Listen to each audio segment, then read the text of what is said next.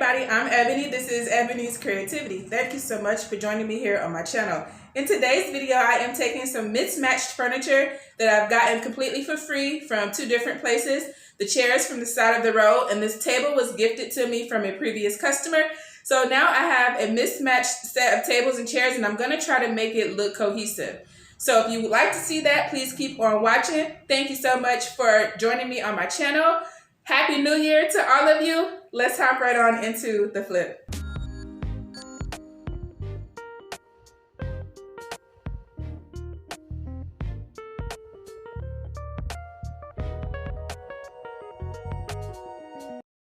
Here are the pieces that we are going to be refinishing today. Like I said, I got these chairs from the side of the road, and unfortunately they were filled with roaches, so I had to clean them up very well.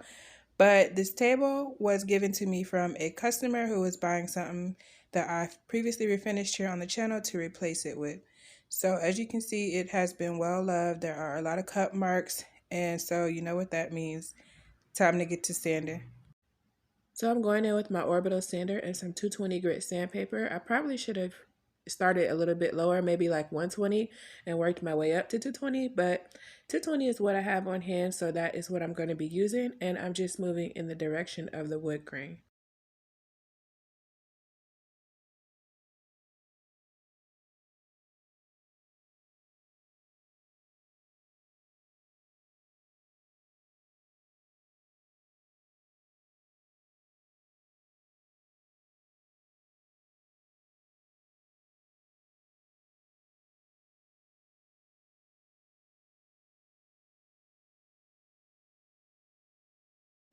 And as you can see, that table really cleaned up beautifully.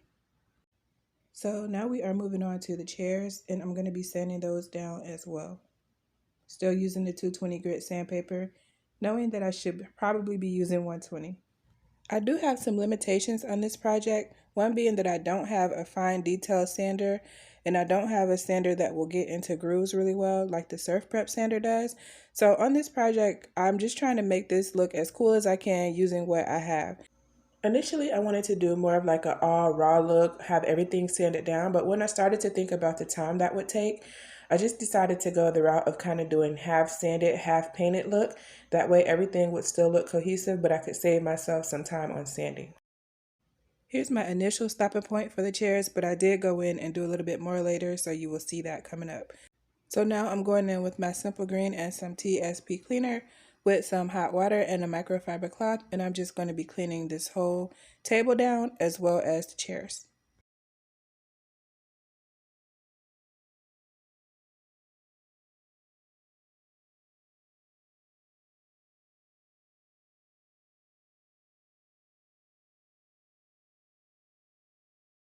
I mentioned earlier that these chairs were full of roaches when I got them, and here is where the roaches were hiding out.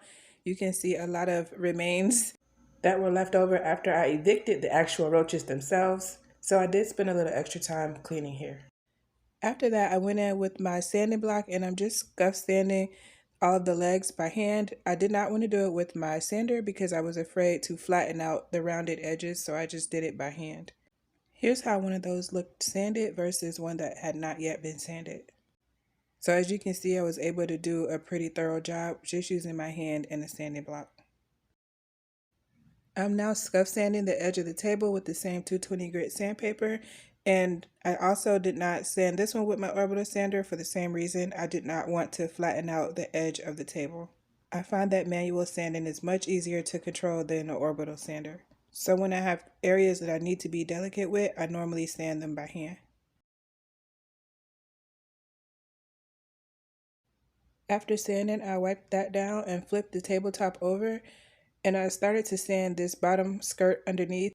Since I had never seen this table put together because it was given to me in pieces, I wasn't quite sure how visible this would be. So I wanted to take the care just to treat it as a visible part of the furniture. And I went ahead and taped off the wooden portion of the table just so that I can paint the skirt up so that it would match the legs.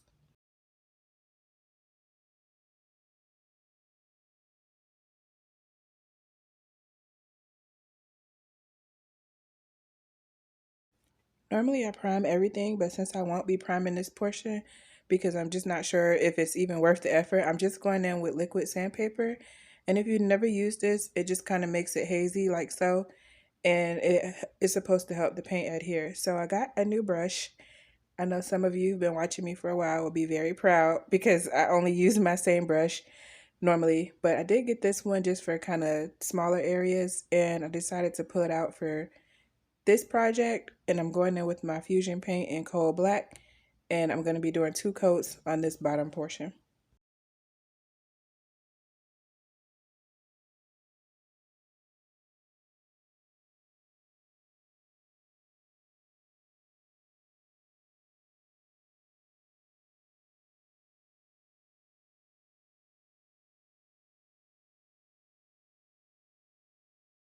When I was sanding the seat of the chair, I told you that I decided to go in and make an edit to that later.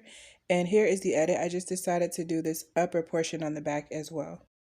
At this point, everything has been cleaned and sanded. So now I am rolling on some bend primer with the Dollar Tree roller. When I first started doing furniture flips using this primer, I used to roll it on with this very same Dollar Tree roller all the time, and it would come out fine. I don't know if I changed, if the roller changed, or what happened, but this left me with a lot of texture. So you'll see in my next clip that I went back over this with a foam brush to smooth everything out really quickly before it dried, because this stuff does start to dry rather quickly. So if you ever are using bend primer and you start to get texture, you can straighten it out with a foam brush, but you have to do it quickly or else it will start to pull off the first layer that you put down.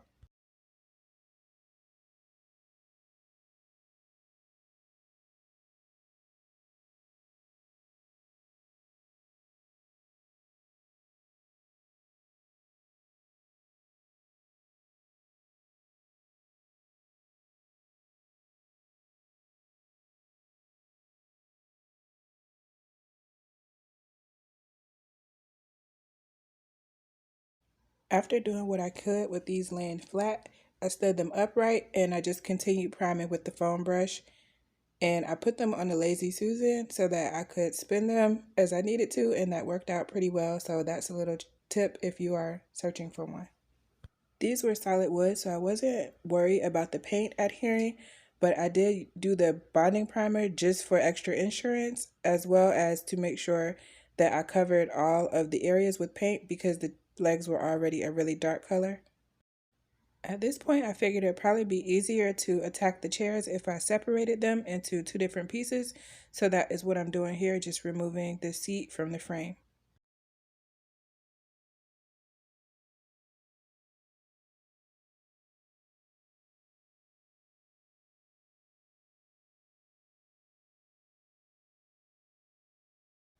As you can see, when I sanded the top of these, I sanded too far. So I'm just going to be using paint to disguise that. I'm going to tape off this area and come back to it later with paint. In the meantime, I'm going to work on priming the areas that I'm going to be painting.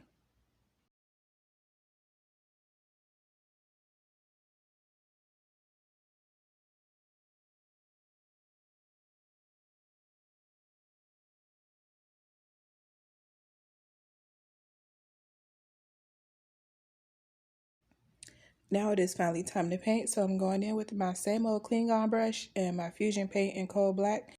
If you've never seen my channel before or anybody else who has used Fusion, I'm here to let you know that Fusion is not a 1-coat paint, so you definitely have to do at least 2 coats to get full coverage. So that's what I'm doing on these legs, 2 coats. I'm also going to be painting the edge of the seat.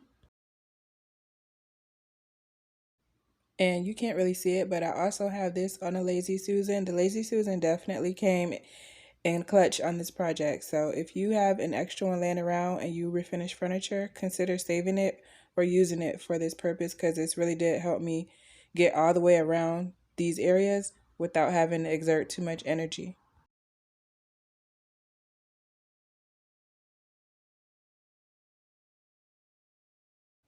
If you have ever painted a chair by hand before, you might be wondering why the hell I would put myself through this kind of torture.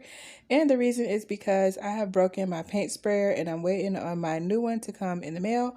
I decided to upgrade a little bit, so check for that in future videos.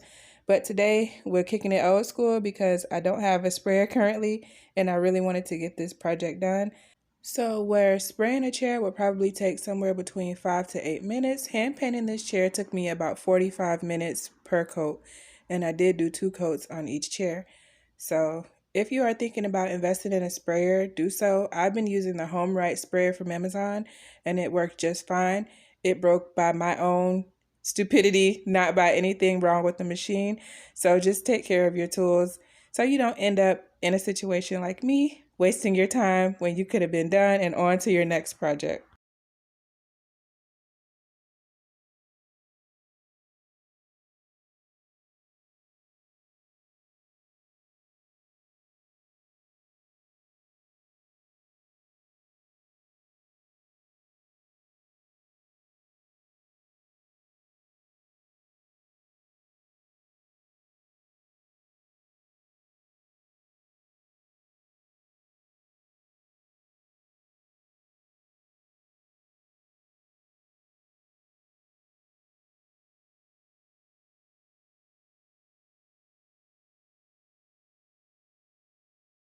Just to reiterate, I've used a lot of Fusion paint on this channel and it is not one coat coverage ever in my opinion.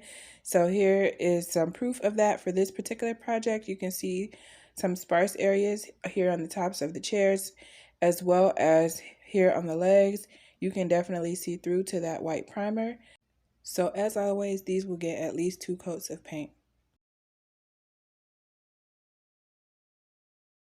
While waiting for that paint to dry, I did pop back over to my tabletop, which is still on the Lazy Susan, and I went ahead and primed the edge that I sanded before. At this point, I've done my second coat of paint on the chair, so now I am ready to stain, and I'm going in with this pre-stained wood conditioner. I'm going to apply this to all the areas that I left raw wood, just to make sure that I get an even coat of stain. While waiting for that pre-stain conditioner to dry, I went ahead and removed the tape from the top of the chair. And now it is time to stain. I'm using this Weathered Oak stain by Minwax, and I'm just going in with a cut up t-shirt. That's the same thing that I applied the pre-stain conditioner with, just pieces of an old t-shirt.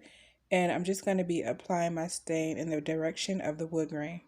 The longer you let stain sit, the more saturated the color becomes.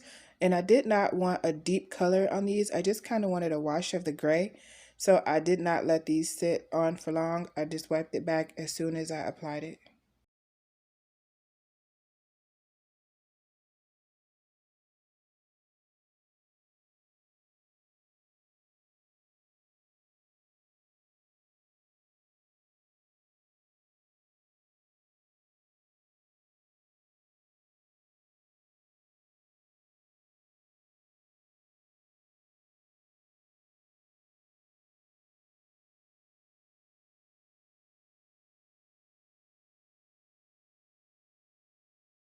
Unfortunately, I forgot to hit record when I was painting the edge of this, but I did it in the exact same way that I applied the primer, using the Lazy Susan to spin it. Now I'm applying the wood conditioner to the tabletop in the same direction as the wood grain, wiping off the excess after 5 minutes. Up next, it is time to apply that same weathered oak stain, and I'm just cutting around the edge really closely just to make sure that this oil stain and this water-based paint do not meet, because that may cause a big problem for me. So on the edge, I'm being really careful. Still rubbing this stain in with a piece of a t-shirt.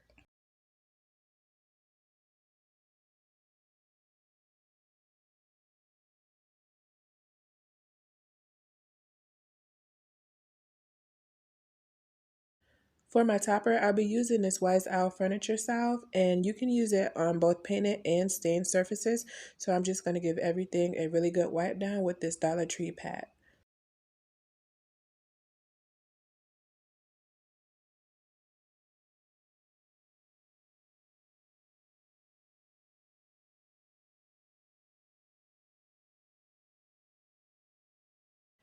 And here is the finished product. I hope you all enjoyed this video. Thank you so much for watching.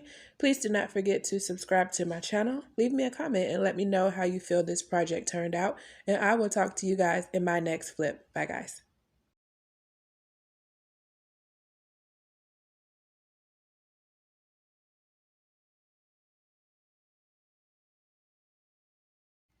If you have the time, please select another one of my videos to watch from the choices on the screen or in the description box below. Thank you so much for watching.